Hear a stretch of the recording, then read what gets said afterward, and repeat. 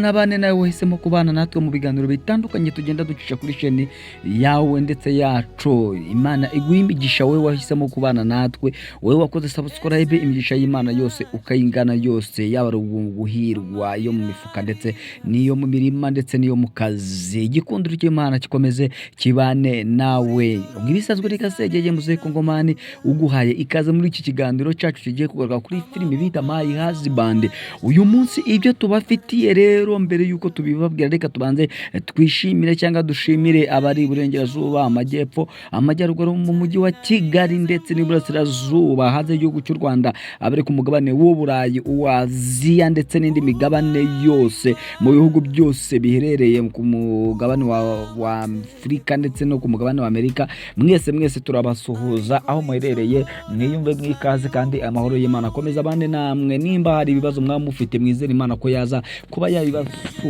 Rero reba neza ni ko wakoze subscribe maze twikorere subscribe, twikomereze urubuga rwacu turuzamure turuteze imbere, dore ko tugiye kuza tubagezaho bimwe mu biganiro bigenda bigaruka ku mafilime atandukanye. Ubu ngubu tukaba twahisemo kuba tuvugira kuri My Husband. My Husband rero niki tubafitiye? My Husband tugiye kubabwira ibintu bitandukanye cyane, harimo ni igiki gishobora kuba cyatuma umukazana yubahuka cyangwa icyo bita disrespect kuri mother in law wawe.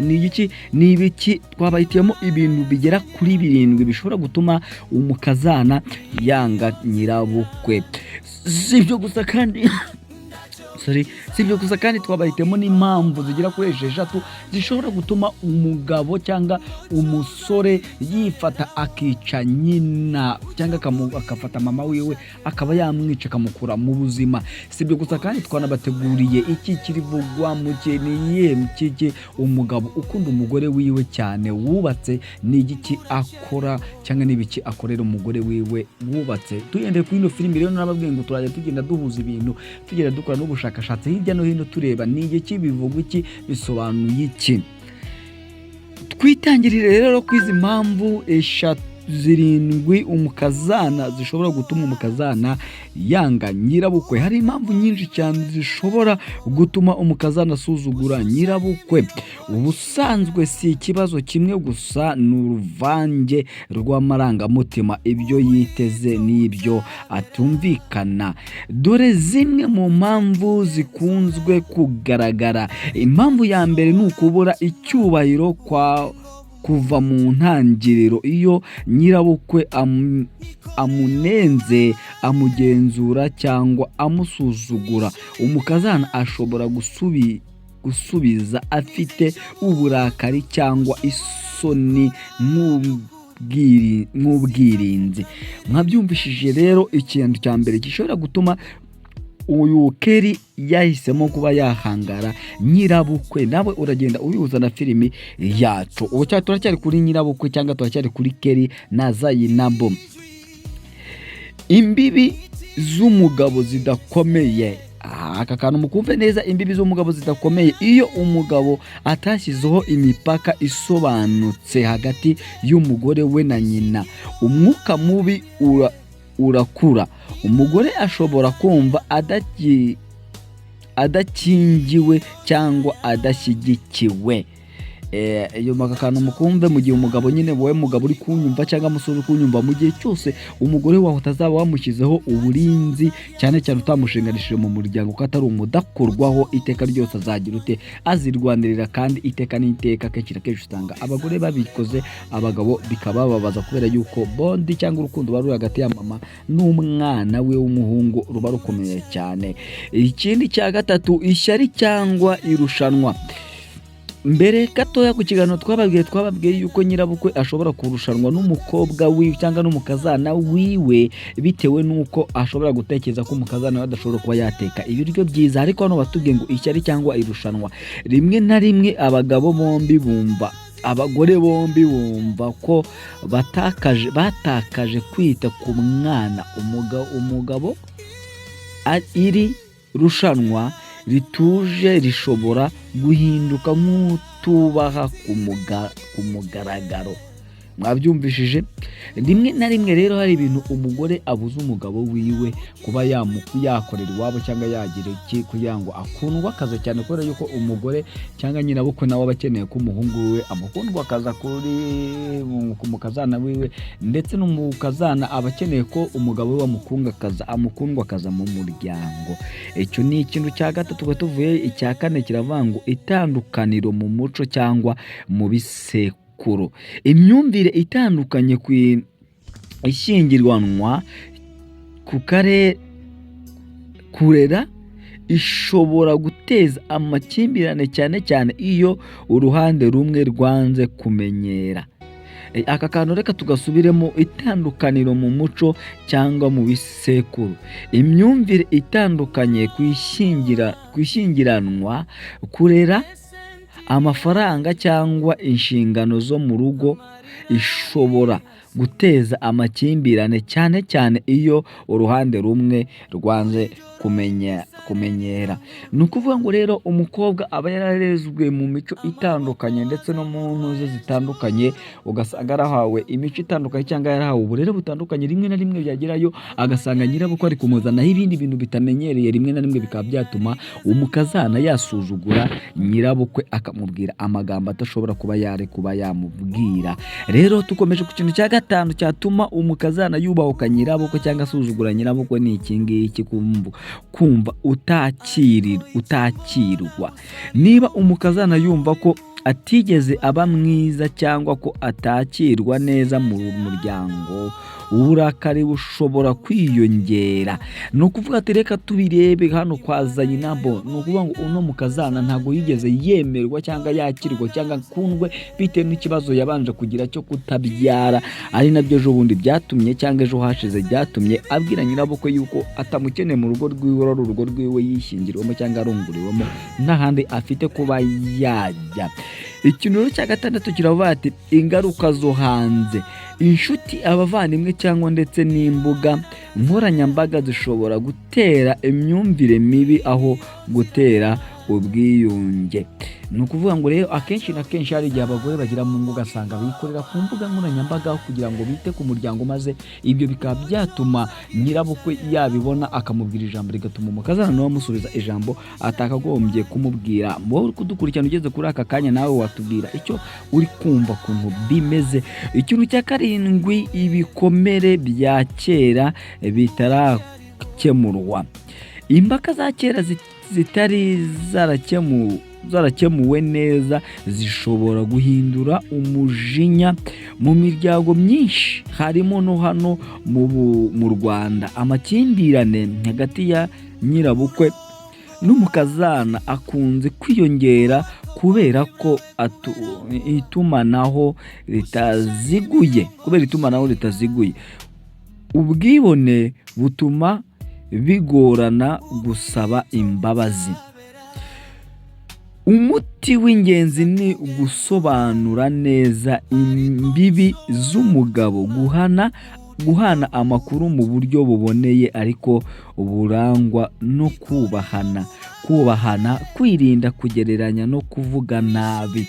Uwo ni wo muti rero twasanze tugomba kuba twagira kugira ngo urugo rwiza rube rurimo amahoro. Nuko nyine ibi bintu byo hasi byo guhana amakuru bigomba kuba byagize. Rero ni nako bimeze ku mukazana wacu uwo bita Kelly, ufite ibibazo bitandukanye cyane agirana na nyirabukwe, byuko nyirabukwe yashakaga kuba yashyingira undi mugore Jordan, ariko Jordan nawe akaba yarakundanye. Ikibazo gihari rero nuko Jordan agiye kuba yamusiga kugira ngo ajye gukomeza kontara. Ubundi izi kontara zo kubana, ubundi iyo uhaye kontara umuntu azakubyarire, umuhabira kimwe cyose kizatuma umwana arerwa neza ari mu rugo. Ariko ikindi kintu twamaze kuba twamenya nuko iyi nda Jordan agiye kurera atari yiwe, ahubwo ari inda y'uriya mugabo Bertrand yateye uyu mukobwa bita Peri, akandi bikazagorana nyuma yaho ubwo Jordan azasanga baramubeshye, bizaba ikibazo. Ese ni ibiki twavuga ku muntu ukunze umugore we neza, ashaka ibyo yamukorera? Ni ibihe? Tutabatindiye rero reka tubibagezeho tubabwiye ko ari ibintu bigera kuri 6 bituma umugabo akundwa akaza umugore wiwe, cyangwa umugabo wubatse ukunda umugore wiwe. Umugabo wubatse neza, ukomeye, ufite icyizere, ufite inshingano, akunze kwishima cyane iyo akoreye ubukwe mu rugo, kuko bigira ingaruka ku bice by'ingenzi by'umwirondoro we n'ubuzima bwe. Dore zimwe mu mpamvu zikunze kugaragara.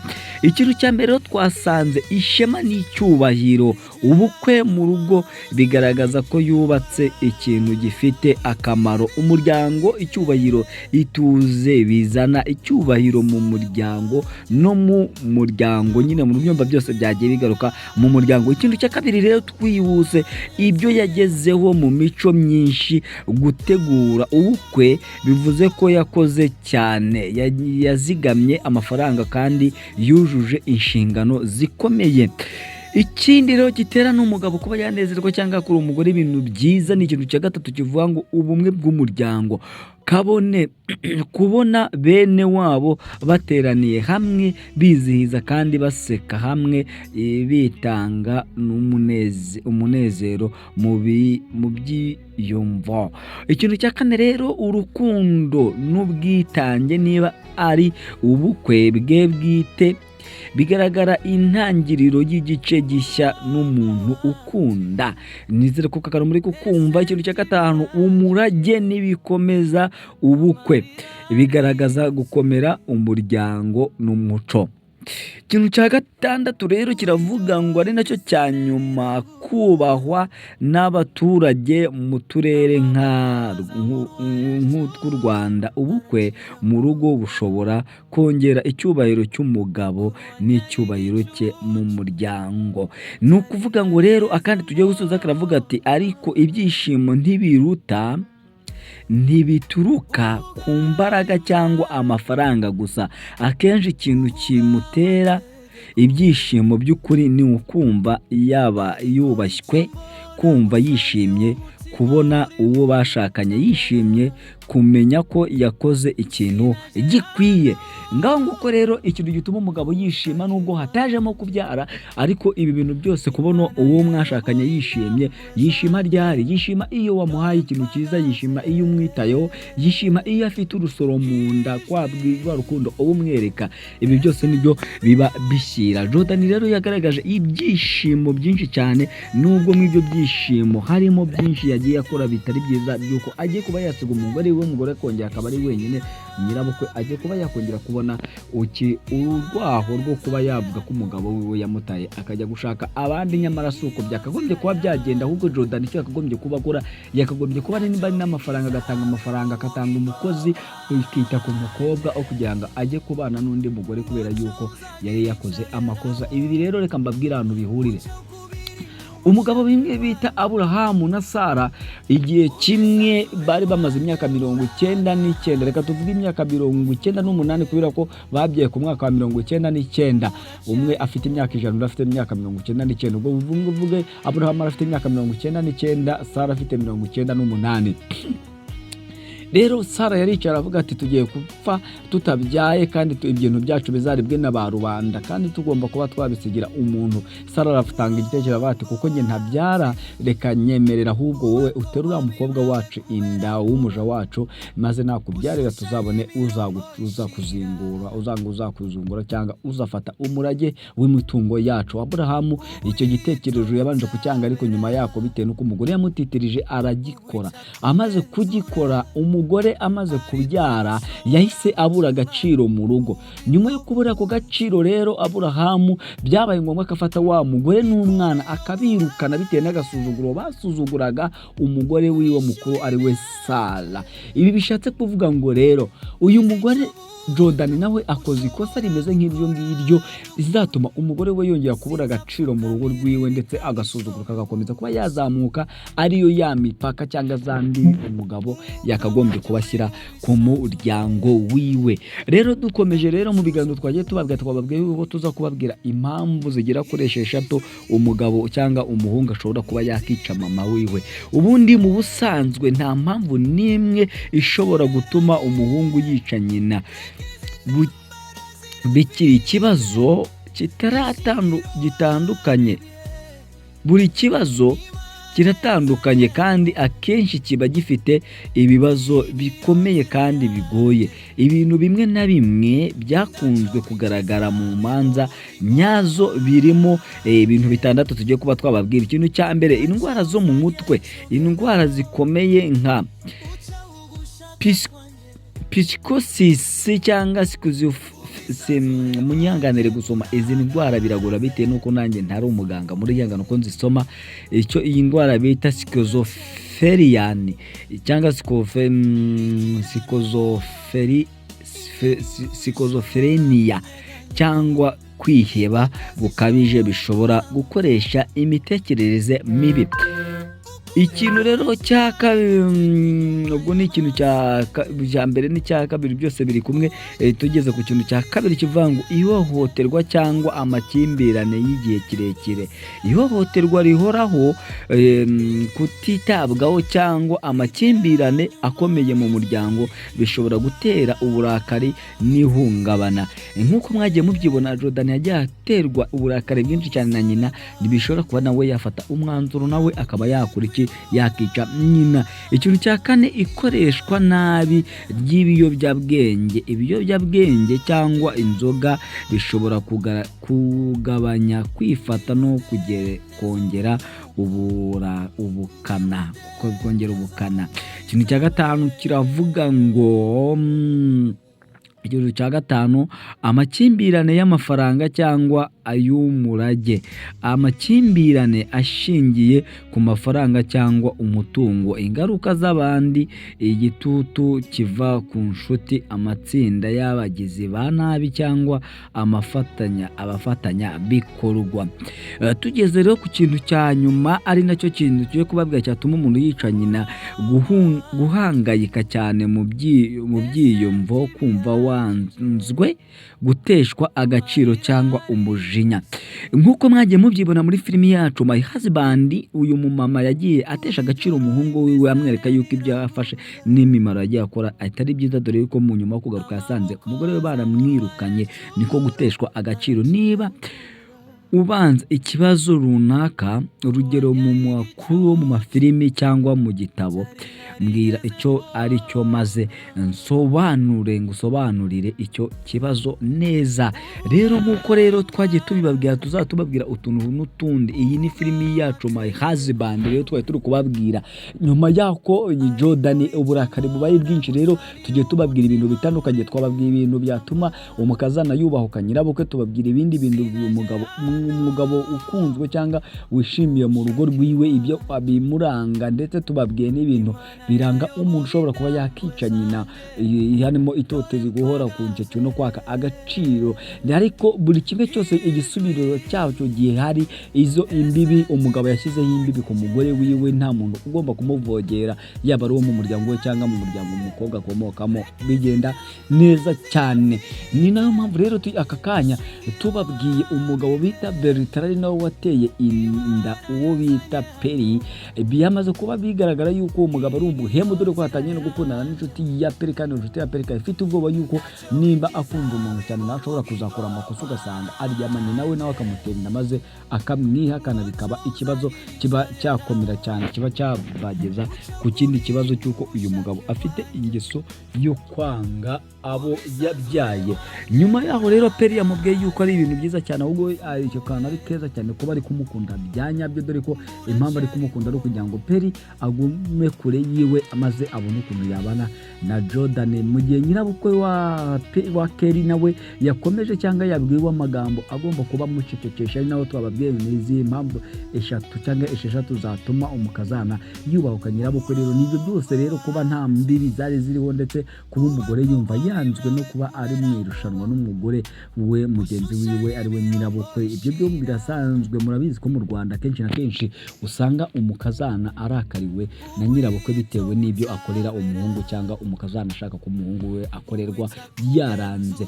Ibyo byose nibyo twagiye tubateguriye. Rero wowe nawe ujye tubwira mu kiganiro cy'ubutaha icyo washaka twakubwiraho, maze turagiye tukikubwiraho. Rero ntabwo twagenda tutababwiye kuri Jordan ikosa yagiye gukora risa n'iryo umugabo bita Aburahamu nk'uko nabibabwiye mu haruguru.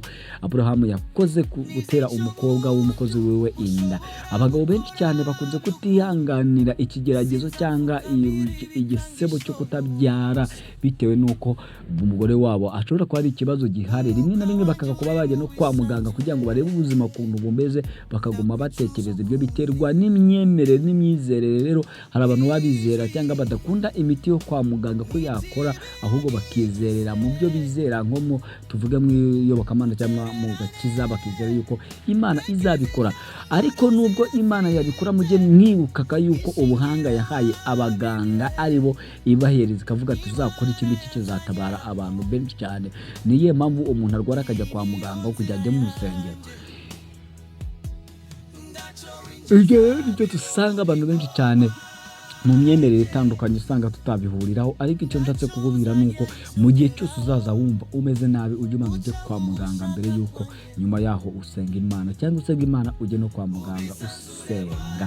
Nubwo rero Jordan amakosa agiye gukora azatuma umugore we yongera gutabwa agaciro cyangwa kwamburwa agaciro n'ubushongore n'icyubahiro cyiwe cyose kirangire, dore yuko azaba yagiye ngo kongera kuta ku mundi mugore utwite, kandi nyuma yuko amaze kumenya yuko n'umugore we atwite, yakagombye kuba yanabireka. Njye niyo nama namubwira, ndetse ni nacyo kintu namubwira, akagombye kuba bireka akareka kujyayo, kubera yuko bishobora kuzaba byamuteza ibibazo bikomeye cyane hagati y'umugore we bashakanye bwemewe n'amategeko, nyuma yuko agiye ku nshoreke babyaranye inda kandi itateganyijwe, niko twabyita. Nyuma yaho rero uru rukundo rwa Bertrand n'umukobwa ruzacamo cyangwa bizakunda cyangwa bizamera nk'uko bimeze, usanga nta rukundo ruhari. Mu gihe Bobo we anejejwe nuko musaza we cyangwa nimvuga musaza we mu mategeko cyangwa muramu we yateye inda mushiki we bimeze neza, yagarutse mu rugo rwiwe, byabanejeje cyane, dore yuko ibyishimo byabaye byinshi. Dore aba bana ni batatu babana, ari Bobo ndetse n'undi mukobwa bitana babana mu rugo rumwe, kandi akaba nta babyeyi bagira, ari imfubyi. Rimwe na rimwe rero abana badafite ababyeyi cyangwa ababavugira mu muryango usanga kenshi cyane bahabwa agaciro gake cyangwa baburwa agaciro kabo, maze bakabatwara uko babishatse. Nguko rero nibyo bijyo tubabwiye. Ese uyu mumama we arahagarika umurego we, dore ko yavuze yuko agomba kuhangana n'umukazana we kugeza umukazana avuye muri urugo, mu gihe umukazana amaze gushirika ubwoba. Reka tubabwire yuko tuzagenda tubabwira ibindi bintu bigiye kuzaza biranga no film, ndetse tunabihuza n'ubuzima busanzwe. Niba hari igitekerezo ufite cyangwa icyo ushaka ko twagukoreraho, nabwo ukitubwire kugira ngo tukikubwireho umenye impamvu. Ibi tuba tubikora kugira ngo dusobanukirwe filimi yacu turi kureba, maze tugirebe twumva neza icyo turi kureba ari iyihe mpamvu yatumye bigenda gutyo. Mwanditse afata iki ngiki rero, kora subscribe nimba utarayikora, ikiganiro nigikonezeza ugisharinge ku nshuti zawe kugira nawe wumve icyo tuba tuvugaho, ndetse unatange comment na like. Kandi ikindi kintu kirenze kuri ibyo ngibyo nuko tubakunda, kandi Imana nayo bakunda, tuhora tubasabira imigisha y'Imana. Njyewe naho mu kindi kiganiro mwari muri kumwe nanjye Gasegege muze kumamani na wangu na bose. Amahoro y'Imana akomeze abane namwe, ndabakunda kandi mbahoza ku mutima. Ciao ciao. Ariko icyo mbona gusa ni umutima uri mu tambara, sinaje hano ku bushake bwanjye. Imana yayoboye indambwe zanjye, dore mpagaze. Ijwi ese ntibihagije, ntererane, reka izi ndambara zirafite ishingiro wabibye. Imana yanzanye hano, iyi niyo nzira yanjye, ndacyo winjiza wibubugingo bwanjye, ngoco uzagira icyo